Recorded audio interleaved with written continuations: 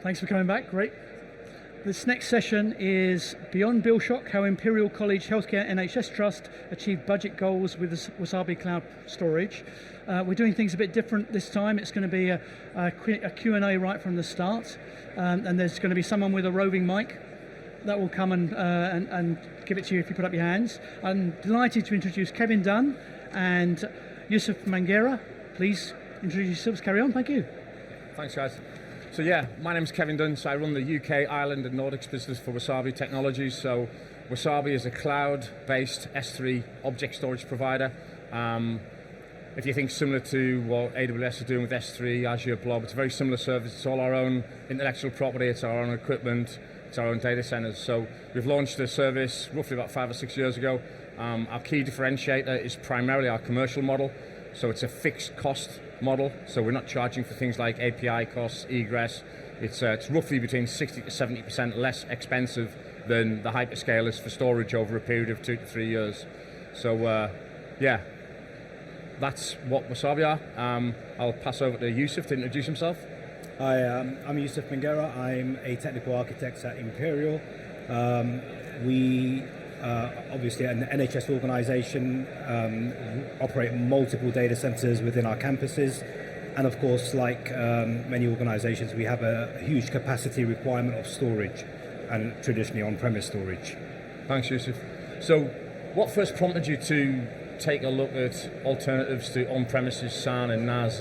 What was the kind of initial process that you walked through? So storage is I mean, for healthcare specifically, we have a growing requirement of storage, and specifically with healthcare, as the healthcare systems modernized and data is captured for x-rays or DICOM imaging, the size of images continuously grows as more enhancements are made. As a result of that, you can imagine each patient image of an X-ray and MRI is increasing in size with multiple slides. So we're seeing an exponential growth of capacity per patient, and we see several patients a day. That's probably specific to one service. Now that data is hugely growing within our on-premise environments. Sustainability of on-premise storage is constantly a challenge. Revenue is quite limited. Capital is uncertain, and of course with 5-year life cycles on-premise storage, it's a continuous, you put something in, 5 years later you have to migrate to another vendor or another storage platform, and we got to a point where we cannot sustain this within our data center. We have the reason or the main driver to look at Wasabi was we had a 5 petabyte capacity requirement for a specific pathology project. And to calculate 5 petabytes in a data center would have been at that particular time at least 3 racks of storage, which means power consumption, cooling, and other environmentals. That was a key decision for us to start looking at cloud storage and adopting cloud specifically to stop the constant migrations and movement of storage, which obviously adds cost, resources, and other components around that. Thanks, Yusuf. So obviously you started with one particular workload with Wasabi, then you spent some time looking at other workloads within your environment. Is that fair to say? Absolutely. How did that pan out? So we started specifically at that particular time for backups, and specifically around backups was to ensure that we could maintain 3 copies of our data. So we have a primary backup on our on-premise, we have a secondary on a secondary data center, but we needed a 3rd copy with immutability. That was the legal requirements we were required to fulfill. So looking at Wasabi at the time, I think there was 3 key areas. One was immutability and object lock, which Wasabi covered. The other was the ability to, and this is probably, there's a lot of cloud providers out there, but the lack of egress costs. And I think that was key to us, because when you're in a disaster recovery situation, you don't really want to be charged for pulling your data back on-prem. So no egress cost meant that was a huge, significant boost for us to look at Wasabi. And the third was having a dedicated circuit into Wasabi as well. So we started with backups. We received some seed funding from the national investments in healthcare. that allowed us to get on board, go through all our governance and data protection and GDPR assessments. We also submitted at that particular time the other use cases to get certified within our use cases, so things like CCTV, medical archiving, and those kind of things. So we started with backups. That gave us the platform, the connectivity. We put in all the platforms, but that gave us the kind of springboard to start moving other services that had huge capacity requirements and start centralizing our capacity in the cloud. Great stuff. So just thinking about things like metrics in terms of how you justify budget spend within an NHS trust. I know it can be quite difficult and it's a constant kind of changing landscape for you. What were the specific areas that you needed to focus on in terms of budget justification? You know, when you're going to deploy this, what do you then need to go and prove back to procurement or whoever? Yeah, I think for us it was more the case, and as I mentioned earlier, revenue is always difficult to increase, and like with most vendors out there today, everything is now subscription. So gone are the days of perpetual. So with subscriptions, it's really difficult to define what your forecasted consumption is going to be. So you can't plan a year or 2 years or 3 years in advance, because the data growth is growing exponentially in terms of what we consume. So really trying to put a finger in the air and say, 10 petabytes is probably what we need, and that's what we've accounted for. But in reality, we've consumed 20 petabytes. So it's really difficult. So looking at the Wasabi model around reserved capacity, and then pay as you go around what we actually consume and pay for what we consume. So that's made it more palatable to our finance teams and our services that consume the storage. I think that's kind of most of our services would either tie it up with revenue or capitalize up front with reserve capacity for 5, 6 or 7 years. So is it fair to say that kind of fitted in with your budgeting model in Absolutely. terms of where you get revenue from there? Absolutely. Great stuff. I think it's certainly something we see elsewhere in similar customers within public sector, but also outside of public sector in terms of that 3-year fixed cost piece, which makes it a lot more predictable for you guys to understand how to budget. No, absolutely. And having that fixed cost and paying up front for a period of time, that really works with the current models. And we are, the healthcare sector and NHS is actually, with the pressures of most vendors now with subscription models, it is now changing. So we are seeing finance teams and procurement teams now adopting revenue models. It's a slow change, but it's a change nonetheless. Yeah, good stuff. Did you see any challenges in terms of issues with your security and compliance team in terms of having data sitting in the cloud in an NHS trust? Was that something you had to consider? I mean, that's pretty much standard with all systems in healthcare and public sector. So we do have quite a long process. I think that process for us took several months to get the necessary documentation and assurances and data protection impact assessments and processing agreements. We started initially, and this was post-Brexit, so trying to align with what the GDPR requirements were, as well as in fairness, we started with the Amsterdam data center because our data protection office allowed us a European presence. But we at that same time, we also understood that the London data center was on the cards and scheduled to go live. So we started with the movement of our backups, but we then migrated to the UK data center. So now we fully run in UK South in London. But the process itself was quite lengthy. We also work with 3 other trusts as part of the North West London ICS, and we now use Wasabi across the 4 hospitals where we centralize some of our integration platforms with the Cloud NAS product. So we're also going through data security assessments with those 4 individual trusts as well. So there's a lot of scrutiny. There's obviously a lot of, and obviously we kind of feed back to Wasabi in terms of what we need in order to get the assurances and sign off. But we do, for Imperial, we have sign off. Great stuff. Thank you for that. So is it fair to say that all of that hard work has paid off in terms of cost savings and in terms of service delivery? Absolutely. So we're about 3 years in. And it's testament from our engineers, because there is no on-prem resource to manage storage. It's all fully managed by Wasabi. The team just looks at reports that come in to say backups have completed or data is moving along. There's very little on-premise infrastructure apart from connectivity and the systems that integrate to it. So the systems kind of report back if things are working or not. But from a Wasabi point of view, it's literally non-existent in terms of management. There's a simple portal.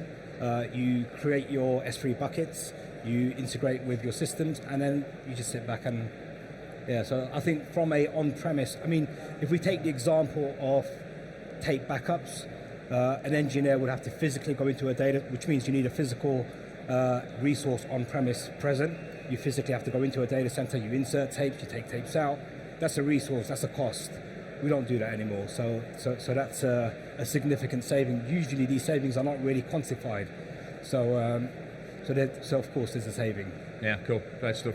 It's an interesting one in terms of justification. You know, when I speak to a lot of customers, it's will it do what it says it's going to do in terms of cost savings, both in terms of people, in terms of processes, and all that kind of stuff. Did you have to provide anything internally in terms of justification after the effect? What are you now 2-3 years in? I forget, to be honest, but was there any kind of justification you need to provide it after the effect, or they just trust you that it's all working particularly well? I mean, we've done a lot of POCs even before we kind of committed. So with backups, it was fairly straightforward. There was reference guides and integrations with the backup products that we were using. So that was a tried and tested method. With clinical and healthcare systems, most systems are legacy in the sense that they don't adopt or haven't yet adopted modern native cloud storage, i.e. S3. Most of them still rely very heavily on SMB, CIFS, NFS type storage. So to prove the concept that this will work in the traditional sense of SMB, NFS, we did have to go through quite a extensive testing period, pilot period, and that meant that the clinicians as well as the providers of the service had to kind of go through the process of taking data from their primary systems, going through the tiered archive, and then eventually into Wasabi, and then having to call patient notes back from archive, back to on-prem, calculate the time of how quick that was. And ultimately, when a patient walks into the hospital and you need to pull historical data back for the clinician to see at that point of time, that's quite important for a clinician and the time that he has with the patient. So calculating those times, and this is hot cloud storage, so we're not waiting 14 hours. It's with the 10 gig circuit we're talking 15, 20 seconds. Wow. So it's as good as high performance on-premise storage. Interesting. So you've not seen any performance degradation in terms of service in any way? Touch wood, not yet. Tempting fate, yeah, no, that's great stuff. What other technologies did you look at before kind of landing on Wasabi? I mean, before Wasabi, we did look at, the requirements specifically for the 5 petabytes that we were looking for a specific clinical system. Traditional storage was considered, but for the size of the capacity and for our physical footprint in our data centers, and with the pressures we have in healthcare, we're trying to reduce our footprint within our own managed data centers. So looking at 5 petabytes in the traditional sense, 3 racks, consumption, power, cooling, and the lack of space we have and the resilience that we would have to look at as well, didn't really make sense to us going forward, especially around the fact that there's a lot of cloud storage available today. So that was primarily the justification. I mean, we looked at, I'm not going to name any vendors here, but we looked at all the kind of large, nearline to online to NVMe based, all the traditional vendors that you have out there, object storage, etc. But financially speaking, you calculate the first 5 years, you've got a nice figure. But then 5 years, you start, or post 5 years, you now have to calculate extended support if you're looking to sweat your assets, or looking to migrate. And migration for medical imaging is not the easiest task. So to remove all of that from our resourcing teams is probably a huge savings. That's probably not as well quantified financially, but we'll make it long term for us in terms of not worrying about that particular part. Great stuff. Thanks, Yusuf. So, kind of just start to summarise slightly. What advice would you provide to the audience today based on your experience? So you started this journey maybe 3, possibly even 4 years ago in terms of investigation and then moving into deployment phase. What are there any gotchas, any pitfalls? What advice would you provide to the guys in the audience? I mean, if you require storage, and most people do require storage, and there's obviously different tiers of storage. I mean, in healthcare, latency is a big thing, especially when you're pulling data that's capacity is quite large and latency is quite restrictive in terms of the systems that require it. So when you're looking at storage, the things I've mentioned around migrations and 5-year life cycles of traditional legacy architecture, that's a huge consideration that I now look at for all storage. The other things are, if your data is constantly going to be pulled back on-prem, so we do a lot of medical archiving. If you have the requirement for data to be pulled back on-prem, traditional vendors will charge you egress. Wasabi have no egress costs, so you don't need to worry about or calculate, actually, we don't want to pull data on-prem because there's a cost. That cost disappears with Wasabi, so you no longer have to worry about pulling data on-prem and getting charged for it. So we do things like, and there's no consideration. You can actually pull, so we do annual or biannual DR tests. So we pull large amounts of data on-prem. We don't calculate costs. We know there isn't a cost. Other teams in the hospital do a lot of API integration with Wasabi storage. So this is directly to the S3 bucket. So we have a few systems that have direct S3 connections. So each API call that you make, and each system can have thousands of API calls. There is no API cost.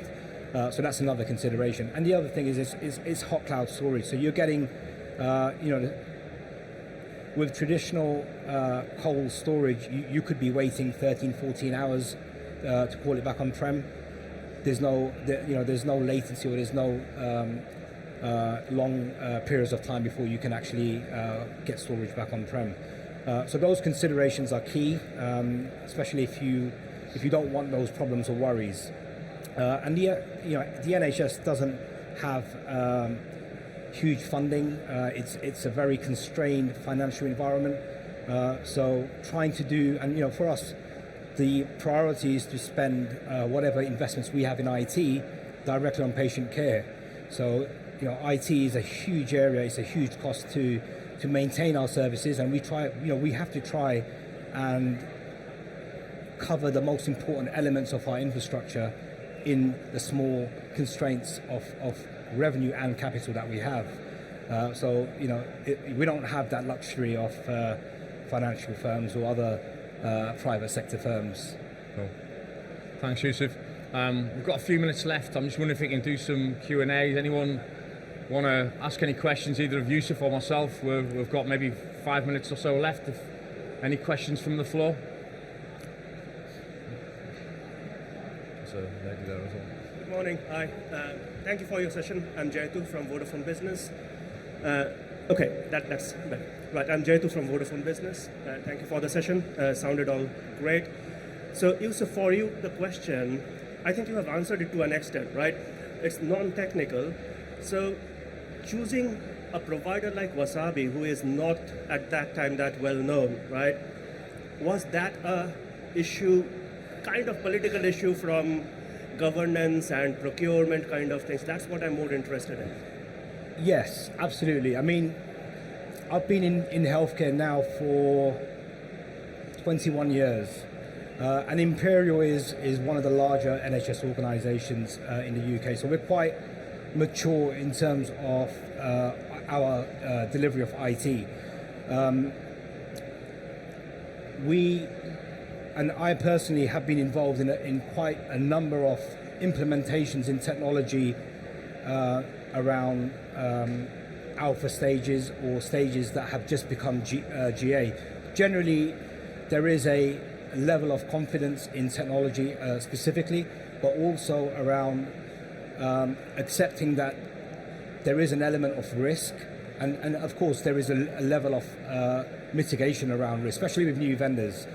But looking at Wasabi, looking at the investment that they have had, and looking at the technology and the exposure they had at the time that we invested, gave me and the team sufficient confidence that this technology, and to be honest, there wasn't anyone else on the market doing what Wasabi were doing. Pretty much every cloud storage vendor were traditional, cold storage, egress costs, API costs. So to have Wasabi was quite refreshing. And for our use case, it fit perfectly. Of course, with any new vendor, there's always a risk. It's a risk we accepted, and we made that commitment. And we've done similar things in the past with other vendors that came onto the market, were fairly new, didn't really have the market share, and it's been we haven't really been caught out in that scenario. But of course, a lot of thought process goes into that, a lot of scrutiny goes, not just from myself. My job is to bring technology to the organization. There is a huge team behind me from governance, security, networks. Kevin and Wasabi teams will probably be testament to the fact that it probably took the best part of a year to go through a lot of stages of scrutiny before we actually got the sign off.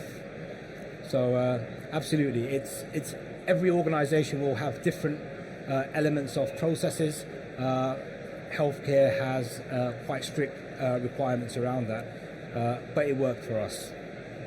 Thank you.